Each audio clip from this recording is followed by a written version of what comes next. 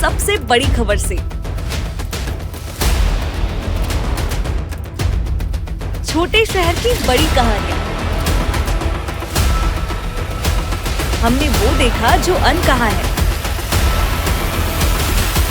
अब खबर आपकी उंगलियों पर। खबरों से परे, हर खबर पर हमारा नजरिया। इंडिया टाउन न्यूज, भारत की बात।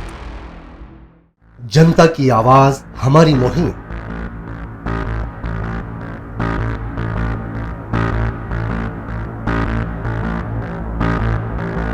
डिजिटल युग की नई आवाज।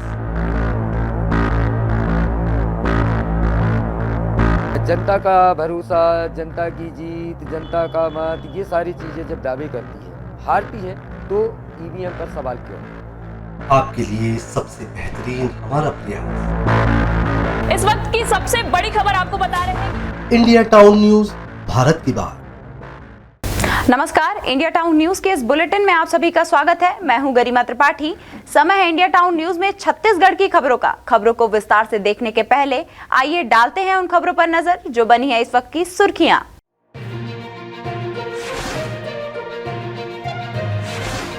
तूल पकड़ रहा मंत्री बंगले से सामान गायब होने का मुद्दा। स्वास्थ्य मंत्री ने कहा, बंगले से कीमती सामान ले जाना शर्मनाक और निंदनीय। तो पूर्व मंत्री शिव डहरिया का जवाब, मेरा था सामान। श्याम बिहारी बोले, मामले की कराई जाएगी जांच। विधायक रामकुमार टोपो की अपील, हफ्ते में एक दिन सभी करे साफ सफाई। सरकारी निर्माण कार्यों पर जनता रखे नजर। अपने स्वागत के लिए जताया मैनपाट की जनता का आभार। सरकारी संपत्ति के देखभाल के लिए किया प्रेरित। संस्कारधानी के नगर निगम परिसर में खूब मचा हंगामा। दुकान का स्वामित्व न मिलने से नाराज व्यवसायी ने पेट्रोल डालकर की आत्मदाह की कोशिश। पुलिस ने आकर दी समझाइश। तमाशा देखने जुटी भीड़।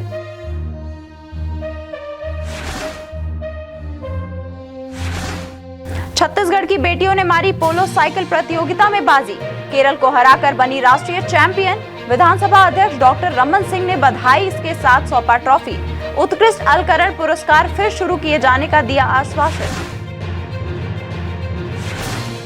और अब खबरें विस्तार से। राजधानी रायपुर में भी उत्तर प्रदेश जैसे एक अनोखा कारनामा नजर आया है। भाजपा स्वास्थ्य मंत्री को आवंटित बंगले से लाखों रुपए का सामान गायब होने का मामला सामने आया। इस पूरे मामले में हैरान करने वाली बात यह है कि मंत्री स्तर की इस सरकारी बंगले में इस तरह का नजारा देखने को मिला, जैसे कि बंगले में कोई लूट हुई है। बंगले का हर कीमती सामान इस तरह से गायब दिखा जैसे कि गधे के सिर से सींग। छत्तीसगढ़ में ये पहला और अनोखा मामला सामने आया है। इसके पहले उत्तर प्रदेश के पूर्व मुख्यमंत्री रहे अखिलेश यादव पर टोटी चोरी होने का आरोप लगाया था, जो कि पूरे देश में चर्चा का विषय बना था। अब ऐसा ही मामला छत्तीसगढ़ में भी पूर्व नगरीय प्रशासनिक मंत्री शिव डहरिया के सरकारी बंगले में नजर आया है। स्वास्थ्य मंत्री श्याम बिहारी जायसवाल के आरोप पर पूर्व मंत्री शिव डहरिया ने मीडिया पर बयान जारी किया है। उन्होंने कहा कि मंत्री श्याम बिहारी जायसवाल को बयान जारी करने से पहले एक बार मुझसे पूछ लेना चाहिए था। बंगला खाली करने के पहले पीडब्ल्यूडी और सारे विभाग से एनओसी लेने के बाद बंगला खाली किया है, और जो टीवी, एसी और क्रिकेट के सेट बनवाया था उसे मैंने अपने व्यक्तिगत पैसे से लगवाया है। मंत्री श्याम बिहारी जायसवाल जानबूझकर अनुसूचित जाति के नेता को बदनाम करने का प्रयास कर रहे हैं। माननीय मंत्री जी को तो सबसे पहले बयान देने के पहले पीडब्ल्यूडी विभाग से, और अगर आवश्यकता समझते तो मुझसे पूछ लेना था। मैंने सारे विभाग से एनओसी ले लिया है, और एनओसी लेने के बाद ही मैं मकान छोड़ा हूँ। और जो मेरा व्यक्तिगत सामान है, क्या मैं अपने व्यक्तिगत सामान नहीं ले सकता? वहाँ जो 2-3 एसी लगे थे मेरे कमरे में, वो मैं लगाया था, टीवी मैं लगाया था। मेरा बच्चा क्रिकेट खेलता है, तो क्रिकेट का वहाँ पे जो सेट बना था वो मैंने बनवाया था, पीडब्ल्यूडी ने तो नहीं बनवाया था। तो माननीय मंत्री जी जानबूझकर एक अनुसूचित जाति के नेता को बदनाम करने की कोशिश कर रहे हैं। उनको सार्वजनिक रूप से माफ़ी मांगनी चाहिए, और पीडब्ल्यूडी से पूछ लेना चाहिए उनको कि कौन कौन सा सामान यहाँ पे उपलब्ध कराया गया था। प्रदेश में नई सरकार आने के बाद बीते 2 दिन पूर्व ही सभी मंत्रियों और विपक्ष के नेताओं को बंगले अलॉट किए गए थे। अब जिसे ये सरकारी बंगले अलॉट हुए हैं, वे सभी मंत्री अपने बंगले के रिनोवेशन में लग गए हैं और बंगलों में शिफ्ट होने की तैयारी में है। इसी के चलते स्वास्थ्य मंत्री श्याम बिहारी जायसवाल उनको अलॉट हुए बंगले का निरीक्षण करने पहुंचे। वे वहां का नजारा देखकर हैरान रह गए। श्याम बिहारी जायसवाल ने कहा कि मैंने जांच के आदेश दिए हैं, जो आरोपी है वसूली की जाए, कुर्की भी की जाए। बहुत ही शर्मनाक और निंदनीय कृत्य किया गया है। बता दें कि पूर्व मंत्री शिव डहरिया ने कुछ समय पहले ही ये बंगला खाली किया है, जिसके बाद ये बंगला इस हाल में नजर आया है। मैंने किसी को पर आरोप नहीं लगाया है। मैंने क्या, बंगला में पूरी तरह से जो सामान थे वो गायब हैं। वहाँ एसी गायब हैं, वहाँ टेलीफोन गायब हैं, साथ ही साथ वहाँ बाथरूम से आईना तक गायब हैं। किचन के पूरे प्लेटफार्म, अभी तक ऐसा कभी नहीं हुआ होगा कि पत्थर और मिट्टी तक वहाँ से गायब हैं। नल की टोटी गायब है। साथ ही साथ बिजली के जो खंभे थे अपने फ्लड लाइट जैसा, वो सभी चीज़ गायब हैं। जगह जगह दीवार में खोद कर निकाल लिए गए हैं। ऐसा लग रहा है जैसे मुगलों ने भारत आक्रमण किया था तो हमारे मंदिरों को खोद कर उसके रत्न और जो भी सोने चांदी जड़े थे उसको निकाल लिया गया था। उस प्रकार से मकान का जो सरकारी आवास है उस पर जो है चोरी की गई है और निश्चित रूप से उसके लिए जांच हम कराएंगे और जो भी दोषी हैं उनके ऊपर कार्रवाई होगी। पूर्व मंत्रियों के बंगले खाली करने का दौर जारी है। इसी कड़ी में पूर्व मंत्री शिव कुमार डहरिया का बंगला भी खाली हो गया है। ये बंगला स्वास्थ्य मंत्री श्याम बिहारी जायसवाल को आवंटित किया गया है। दरअसल इस बंगले में घुसते ही गेट पर लगे साइन बोर्ड से लेकर अंदर किचन का हर सामान गायब था। सभी सामान को उखाड़ कर ले जाया गया है। वे देखते हुए ये हैरान रह गए। इस दौरान इंडिया टाउन न्यूज रायपुर संवाददाता प्रेम निर्मलकर मौके का जायजा लेने शंकर नगर स्थित बंगला पहुंचे, जहां सामान के निरीक्षण करने पहुंचे आला अधिकारी कितने का फंड रिलीज हुआ है और कितने का सामान पार हुआ है, इसका आधिकारिक रूप से बयान देने से बचते नजर आए। लेकिन ये कयास लगाया जा रहा है कि निकाले गए सामान की कीमत लगभग 25 से 30 लाख है। अब देखने वाली बात होगी कि इस मामले पर सरकार क्या एक्शन लेती है। राजधानी रायपुर के शंकर नगर में खड़े हैं, जहां पर पूर्व मंत्री नगरीय प्रशासन मंत्री शिव डहरिया के बंगला था। उस बंगले में कि नई बात निकल के सामने आ रही है कि जो अभी वर्तमान भाजपा में जो सत्ता आने के बाद अब मंत्रिमंडल का विभाग का आवंटन होने के बाद जो भाजपा ने जो सरकार ने जो मंत्रिमंडल को बंगला अलाट किया है, उस बंगले में बात करेंगे। उस बंगले में हम पहुंचे हुए हैं जहां पर यहाँ पर नगरीय प्रशासन मंत्री शिव डहरिया थे, उस बंगले में थे। और इस बंगले में जो अभी आप देख सकते हैं कितने चौक चौबंद हैं, क्योंकि इस बंगले की खासियत ये बता रहे हैं कि जितने महंगे आइटम लगे हुए थे, तो नगरीय प्रशासन मंत्री और जो प्रशासनिक यहाँ पे अधिकारी हैं उस पर एक बड़ा चोरी का मामला सामने आ रहा है। क्योंकि कहीं न कहीं पर एक जो सामान लगे हुए थे, इस बड़े महंगे सामान लगे हुए थे, जब नगरीय प्रशासन मंत्री ने इस बंगले को खाली किया तो खाली करने के बाद जो प्रशासनिक तौर पे जो होता है, सारे बंगले के बाद अपने दूसरे बंगले उसको जब अलाट होता है या फिर ये कहीं दूसरे जाता है तो सारे सामान जो है इसकी जो खर्चे पे लगे रहते हैं उसको छोड़ कर जाना पड़ता है। लेकिन यहाँ पर नया अजीबोगरीब मामला सामने आया है। यहाँ तक कि नल से लेकर के खंभे से लेकर के यहाँ तक पानी के पाइप से लेकर के तमाम जितने सामान हैं वो शासकीय सामान जो खर्चे में लगे थे उसको निकाल के शिव डहरिया जब जैसे ही खाली की वहाँ से सामान निकल गया है। अब विडम्बना ये बात की है कि इस सामान को या फिर शिव डहरिया निकाला है या फिर प्रशासनिक अधिकारी की देखरेख में हुआ, क्योंकि जब तक सामान जब निकाले होंगे, सामान को जब लोड किया होगा तब कोई न कोई अधिकारी तो यहाँ रहे होंगे। उसके बावजूद भी यहाँ पर जो अधिकारी है किसी भी बात से हम बात करने का प्रयास कर रहे हैं लेकिन कोई जवाब नहीं दे रहा है और टाल मटोल कर रहा है। अभी निरीक्षण किया जा रहा है। अभी कुछ देर पहले ही यहाँ पर PWD के जो अधिकारी है, आला अधिकारी आए थे और निरीक्षण किए थे। निरीक्षण करने के बाद यहाँ पर देखे सारे जो सामान लगे थे उसकी जायजा लिया गया और नए सामान लगाने की बात कर रहे हैं। लेकिन ये बात एक बड़ी विडम्बना वाली बात है कि जो पुराने सामान जो लगे थे वो शासकीय खर्चे पर लगे हुए थे, उसको जब नगरीय प्रशासन मंत्री जो थे शिव डहरिया जब बंगला खाली किया तो उस बंगला खाली करने के बाद जो है यहाँ पर जो सामान महंगे सामान थे, एसी, फ्रिज, फॉल सीलिंग में लगे जो एसी के जो है पार्ट्स है, टीवी है, सारे सामान को उनके द्वारा ले गया। तो एक बड़ा मामला सामने आया है। ऐसे ही मामला हमको उत्तर प्रदेश में देखने को मिल रहा था, जहां पर अखिलेश यादव की जब सरकार थी, जब मंत्री से वो बंगला खाली किया तो उसमें कई महंगे नल की टोटियां लगी थी, वो कहीं निकल गई। तो नल टोटी करने की चोरी का मामला सामने आया था। वैसे ही मामला एक बड़ा मामला है छत्तीसगढ़ में देखने को है, क्योंकि जो पूर्व मंत्री नगरीय प्रशासन मंत्री है शिव डहरिया, उसके बंगले से जो पूरा सामान निकल गया है। यहाँ पर जब आया था तो कांच का शेड लगा था, लोहे के एंगल दरवाज़ा लगा था, सारे जो लगे थे खंभे लगे थे, सारे जो सामान है वो सामान जो है अब पूरे निकाल लिए गए हैं। तो कहीं न कहीं पर एक बड़ा चोरी का मामला सामने आ रहा है कि अब देखने वाली बात हो कि अभी तक इसमें जो प्रशासनिक तौर पर जो अधिकारी है वो तो ना तो FIR लिखवाए हैं और न ही इसका कहीं सही जवाब दे रहे हैं। तो पूरे मामले में अधिकारी की मिलीभगत सामने आ रही है। मेरे सहयोगी दीपेश सोनकर के साथ मैं Prem Neelamalkar, India town news, Raipur, Chhattisgarh. Jagdalpur शहर के नगर निगम क्षेत्र अंतर्गत बालाजी वार्ड के पार्षद ने बताया कि उनके वार्ड में एक ही कर्मचारी होने के कारण भारी दिक्कतों का सामना करना पड़ रहा है। वार्ड में सफाई को लेकर लोगों में काफी नाराजगी है। जगदलपुर नगर निगम के बालाजी वार्ड के पार्षद ने जानकारी देते हुए कहा कि उनके वार्ड में 3 कर्मचारी हैं, जिसमें से एक कर्मचारी को गैंग में ले जाया जा रहा है और दूसरा कर्मचारी किसी कारणवश काम में नहीं आ रहा है।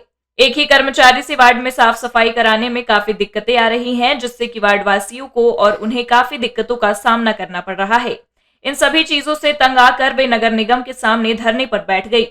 मुझे डिस्टर्ब करने के लिए उन्होंने सबसे पहले मेरे यहाँ के कर्मचारियों को इधर से उधर किया, उसके बाद मेरे मेट को उन्होंने इधर से उधर किया। उस समय से लेके मैं ये समस्या से अभी तक जूझते हुए आई हूँ। एक भी नहीं है, ना ही मेरा ड्राइवर आ रहा है, ना ही NCC की महिला आते हैं तो गाड़ी खराब रहती है और तीनों कर्मचारियों में तीनों कर्मचारी नहीं आ रहे हैं। सर गैंग के नाम पे एक को लेकर चले जाते हैं। इससे बहुत ज़्यादा ही मेरे वार्ड में ऑनलाइन समस्या होने लग गई थी। इस वजह से आज मुझे यहाँ पे धरना में बैठना पड़ा। उन्होंने कहा कि अगर निगम आयुक्त उनके वार्ड में और कर्मचारियों को नहीं देते हैं तो उनका विरोध लगातार जारी रहेगा। जगदलपुर से इंडिया टाउन न्यूज़ के लिए बासिकी ठाकुर की रिपोर्ट। बॉलीवुड के राजा बाबू यानी गोविंदा की पत्नी रतनपुर महामाया के दरबार पर दर्शन करने पहुंची, जहां उन्होंने माता के साथ ही भैरव बाबा का दर्शन कर आशीर्वाद लिया। इंडिया टाउन न्यूज़ संवाददाता संतोष मिश्रा ने इस अवसर पर उनसे एक्सक्लूसिव बात की। बॉलीवुड फिल्म स्टार गोविंदा की पत्नी मां महामाया के दरबार दर्शन करने के लिए रतनपुर पहुंची, जहां सुनीता आहूजा ने भैरव बाबा और मां महामाया के मंदिर में मत्था टेक कर दर्शन किया। इंडिया टाउन न्यूज़ से चर्चा करते हुए सुनीता आहूजा ने छत्तीसगढ़ की तारीफ करते हुए कहा कि यहां आकर उन्हें बहुत अच्छा लगा। छत्तीसगढ़ बहुत ही अच्छा है, यहाँ के लोग भी बहुत ही अच्छे हैं। छत्तीसगढ़ बहुत ही अच्छा है, यहाँ के लोग भी बहुत अच्छे हैं और मैं आई भैरव बाबा के मंदिर दर्शन करने के लिए। यहाँ दर्शन करके और महामाया माता का दर्शन करके मुझे बहुत अच्छा लगा। बहुत पावर जगह है यहाँ पे और बहुत बढ़िया। जय भैरव। उन्होंने राम मंदिर निर्माण को लेकर कुछ भी कहने से ये कहते हुए इनकार कर दिया कि मैं राजनीतिक जवाब नहीं देती। बिलासपुर से इंडिया टाउन न्यूज़ के लिए संतोष मिश्रा की रिपोर्ट। 5 जनवरी 2024 को त्रिवेणी भवन परिसर में निजी स्कूल में रजत जयंती के अवसर पर भव्य कार्यक्रम का आयोजन किया गया, जहां प्रथम दिवस का शुभारंभ अवसर पर छत्तीसगढ़ के नवनिर्वाचित उप मुख्यमंत्री अरुण साव भी पहुंचे। निजी स्कूल के द्वारा आयोजित कार्यक्रम के मंच पर शाला के संचालक डायरेक्टर डॉक्टर GS पटनायक, लेखा पटनायक सहित अटल बिहारी विश्वविद्यालय के कुलपति प्रोफेसर ADN वाजपेयी उपस्थित रहे। मुख्य अतिथि अरुण साव का डॉक्टर GS पटनायक द्वारा पौधा देकर स्वागत किया गया, जो कि जेवियर्स परिवार के पर्यावरण के प्रति चेतनशीलता को दर्शाता है। मुख्य अतिथि अरुण साव ने अपने भाषण में शाला की प्रशंसा करते हुए कहा कि इस विद्यालय ने शिक्षा ही नहीं बल्कि खेल, विज्ञान, कला, वाणिज्य प्रत्येक क्षेत्र में अंतर्राष्ट्रीय स्तर पर अपना नाम कमाया है। सिल्वर जुबली सेलिब्रेशन आज मनाया जा रहा है। 25 सालों का ये उपलब्धियों भरा सफर, बड़े बड़े पदों पर यहाँ के विद्यार्थी निकलकर देश की सेवा कर रहे हैं। खेल के क्षेत्र में भी राष्ट्रीय अंतर्राष्ट्रीय स्तर पर यहाँ के विद्यार्थियों ने नाम कमाया है। छत्तीसगढ़ में 12 स्कूल संचालित हैं। शिक्षा के क्षेत्र में जिस प्रकार से काम सेंट जेवियर्स ग्रुप कर रहा है, निश्चित रूप से ये बहुत बड़ी बात है। सेंट जेवियर्स स्कूल के पूरी मैनेजमेंट को मैं बहुत बधाई और शुभकामनाएं देता हूँ। प्राचार्य सुप्रिया द्वारा वार्षिक प्रतिवेदन पढ़ा गया। चेयरमैन तथा मुख्य अतिथि द्वारा शालेय पत्रिका यात्रा का विमोचन किया गया। आज इस 25 साल में हम लोग 67 स्कूल्स खोले इंडिया में। छत्तीसगढ़, उड़ीसा, झारखंड, बंगाल, दिल्ली, हरियाणा, पंजाब सभी खोले। तो ये हमारा किशोर भादुड़ी जी इन्होंने स्टार्ट करवाया था हमसे 25-26 साल पहले सोसाइटी बनाए के। आज मैं बहुत खुश हूँ कि 25 साल कंप्लीट हुआ और छत्तीसगढ़ में हमारा 12 स्कूल है और इस स्कूल से इन 25 सालों में लाखों स्टूडेंट्स निकले, IAS, IPS, IIT, IIM, sports में हर फील्ड में अच्छा नाम किया। आज बहुत खुश लग रहा है। Thank you. मुख्य अतिथि द्वारा भूतपूर्व मेधावी छात्रों को स्मृति चिन्ह देकर सम्मानित किया गया। बिलासपुर से इंडिया टाउन न्यूज के लिए संतोष मिश्रा की रिपोर्ट। सीतापुर विधानसभा के नवनिर्वाचित विधायक रामकुमार टोपो ने विधानसभा के अंतर्गत विकासखंड बतौली एवं मैनपाट में विजय जुलूस निकाला। इस दौरान कार्यकर्ताओं के द्वारा ऐतिहासिक स्वागत किया गया। जगह जगह पर उन्हें लड्डू एवं फलों से तोला गया। ढोल नगाड़े जयकारे की गूंज से बतौली और मैनपाट का समस्त क्षेत्र भगवामय हो गया। कार्यकर्ताओं के द्वारा किए गए ऐतिहासिक स्वागत पर विधायक रामकुमार टोपो ने क्षेत्र की जनता एवं कार्यकर्ताओं के प्रति आभार व्यक्त किया। इस दौरान उन्होंने क्षेत्र की जनता से अपील करते हुए कहा कि वह अपने ग्राम एवं क्षेत्र को स्वच्छ एवं सुंदर बनाए, क्षेत्र की सभी शासकीय संपत्तियों की देखरेख करे तथा अपने क्षेत्र में हो रहे निर्माण कार्यों का अवलोकन करे। विधायक रामकुमार टोप्पो ने क्षेत्र की जनता से कहा कि प्रधानमंत्री मोदी के स्वच्छ भारत अभियान के तहत सभी एक अभियान चलाकर सप्ताह में एक दिन अपने ग्राम एवं क्षेत्र की विशेष साफ सफाई करेंगे। सरगुजा से इंडिया टाउन न्यूज के लिए प्रदीप मिश्रा की रिपोर्ट। अब वक्त हो चला है एक ब्रेक का। ब्रेक के बाद देखेंगे देश प्रदेश से जुड़ी कुछ और भी खबरें। मिलिए सबसे बड़ी खबर से। छोटे शहर की बड़ी कहानियां। हमने वो देखा जो अनकहा है। अब खबर आपकी उंगलियों पर, खबरों से परे, हर खबर पर हमारा नजरिया। इंडिया टाउन न्यूज, भारत की बात। जनता की आवाज हमारी मुहिम।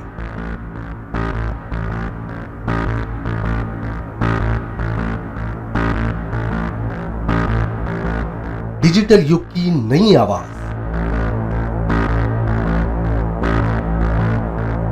जनता का भरोसा, जनता की जीत, जनता का मत, ये सारी चीजें जब दावे करती है, हारती है, तो ईवीएम पर सवाल क्यों? आपके लिए सबसे बेहतरीन हमारा प्रयास। इस वक्त की सबसे बड़ी खबर आपको बता रहे हैं। इंडिया टाउन न्यूज, भारत की बात। ब्रेक के बाद आपका स्वागत है। भिलाई इस्पात संयंत्र साइकिल पोलो क्लब एवं छत्तीसगढ़ साइकिल पोलो एसोसिएशन के संयुक्त तत्वाधान में आयोजित 17वीं पुरुष और 13वीं महिला राष्ट्रीय साइकिल पोलो प्रतियोगिता संपन्न हुई, जहां मुख्य अतिथि के रूप में पूर्व मुख्यमंत्री और विधानसभा अध्यक्ष डॉक्टर रमन सिंह पहुंचे। उन्होंने खिलाड़ियों से मिलकर और हौसला अफजाई की। खेले गए फाइनल मुकाबले में महिला वर्ग से छत्तीसगढ़ की टीम ने केरल को पूरी तरह दबाव में रखा और छत्तीसगढ़ की टीम ने जीत हासिल की। भिलाई के जयंती स्टेडियम के पोलो ग्राउंड में आयोजित 17वीं पुरुष और 13वीं महिला federation cup national cycle polo championship आयोजित की गई। फाइनल मुकाबले में महिला वर्ग से छत्तीसगढ़ और केरल की भिड़ंत हुई। इसमें छत्तीसगढ़ की टीम ने रोमांचक जीत हासिल की। साथ ही पुरुष वर्ग में इंडियन एयरफोर्स और टेरिटोरियल आर्मी की टीमों के बीच कड़ा मुकाबला देखने को मिला। इस मुकाबले में इंडियन एयरफोर्स की टीम ने बाजी मार ली। रोमांचक मुकाबले को देखने सैकड़ों की संख्या में खेल प्रेमी पहुंचे थे। वहीं फाइनल मुकाबले में मुख्य अतिथि के रूप में पूर्व मुख्यमंत्री और विधानसभा अध्यक्ष डॉक्टर रमन सिंह पहुंचे। उनके साथ सेल के सीईओ अनिर्बन दास गुप्ता भी मौजूद रहे। साथ ही भिलाई नगर निगम के महापौर नीरज पाल और गणमान्य नागरिक भी मौजूद रहे। मुख्य अतिथि डॉक्टर रमन सिंह ने विजेता खिलाड़ियों को ट्रॉफी प्रदान की। वहीं उन्होंने कहा कि साइकिल पोलो में छत्तीसगढ़ की बेटियों ने इस बार बाजी मारी है। छत्तीसगढ़ की बेटी आगे बढ़ रही हैं। उन्होंने कहा कि 2005 और 2006 में जब मुख्यमंत्री था, उस समय राजकुमार कॉलेज में भारत और पाकिस्तान का साइकिल पोलो मैच हुआ। इस मैच में भारत ने जीत हासिल की। उस समय से आज तक भारत की टीम काफी आगे बढ़ चुकी है। सेल और भिलाई को इस टूर्नामेंट के लिए बधाई देता हूं। समापन का अवसर साइकिल पोलो, जिसमें निश्चित रूप से छत्तीसगढ़ ने बाजी मारी है और छत्तीसगढ़ की बेटियां और छत्तीसगढ़ के बेटे बहुत अच्छा कर रहे हैं। ये खेल अपने आप में एक अनूठा खेल है और मुझे आज भिलाई के इस मैदान में याद आ रहा है, राजकुमार कॉलेज 2005 और 2006 में जब मुख्यमंत्री की हैसियत से मैं उस आयोजन में उपस्थित था। पाकिस्तान और भारत के बीच साइकिल पोलो का आयोजन हुआ, जिसमें भारत विजयी हुआ। तो निश्चित रूप से वहाँ से लेकर आज तक ये टीम काफ़ी आगे बढ़ चुकी है और राष्ट्रीय अंतर्राष्ट्रीय स्तर में 7 और 9 गोल्ड मेडल ले चुकी है। और ये निश्चित रूप से भारत में बढ़ते हुए खेल के प्रति भावना और साइकिल पोलो के प्रति रुझान है। भिलाई ने शानदार आयोजन किया। सेल की पूरी टीम को बधाई देता हूं। विधानसभा अध्यक्ष डॉक्टर रमन सिंह ने कहा कि 5 सालों से उत्कृष्ट अलंकरण पुरस्कार कांग्रेस सरकार ने बंद कर दिया है, लेकिन भाजपा की सरकार द्वारा आने वाले दिनों में फिर एक बार इसकी शुरुआत की जाएगी। दुर्ग से इंडिया टाउन न्यूज के लिए अतुल शर्मा की रिपोर्ट। छत्तीसगढ़ प्रदेश के राजनांदगांव नगर निगम परिसर में एक व्यवसायी ने पेट्रोल डालकर आत्मदाह का प्रयास किया, जिससे नगर निगम कार्यालय के बाहर हड़कंप मच गया। वही घटना की जानकारी मिलने पर कोतवाली पुलिस की टीम ने मौके पर पहुंचकर युवक को आत्मदाह करने से रोका। राजनांदगांव शहर में व्यवसायी मयूर भोजानी को नियम अनुसार निगम की दुकान का स्वामित्व नहीं मिलने पर नगर निगम में जमकर हंगामा किया। वहीं अपने ऊपर पेट्रोल डालकर निगम की छत पर चढ़कर आत्मदाह करने की कोशिश भी की। दुकान नीलाम कैंसिल करो, ठीक है। जिसका पैसा नहीं आया उसको आप घुसा दियो। पैसा नहीं ले रहे हो, किराया नहीं ले रहे हो, उसको घुसा दिए। मेरा पैसा देने को तैयार हो, मेरे को ना दुकान दे रहे हो ना मेरा पैसा वापस कर रहे हो। कुछ तो करो, या पूरा डुबा दो, खत्म हो गई कहानी। हम हाथ जोड़ के चले जाएंगे। हम गलत होंगे तो निगम जूता मार के भगा दे। हम लीगल है तो लीगल पे आप फैसला तो करो। वहीं इस घटना से अफरा तफरी का माहौल बन गया और सूचना मिलते ही पुलिस की टीम भी मौके पर पहुंची। आनन फानन में व्यवसायी को समझाइश के बाद आत्मदाह करने से रोका गया। हमारे पास तो ऐसी बात नहीं आई है कि किसी और का कब्जा है। हाँ, ये है कई जगहों पे कि जिन दुकानदारों को हमने नीलाम किया है दुकान, वही लोग बिना प्रीमियम राशि पटाए, कम राशि पटाए या आधा राशि पटाए, वो लोग कब काबिज हैं और उन लोगों को हम नोटिस दे दे करके पैसा जमा करने का कई बार नोटिस जारी कर चुके हैं। सब प्रक्रिया चल रही है। ये कौन सी इलाके की दुकानों की बात है सर?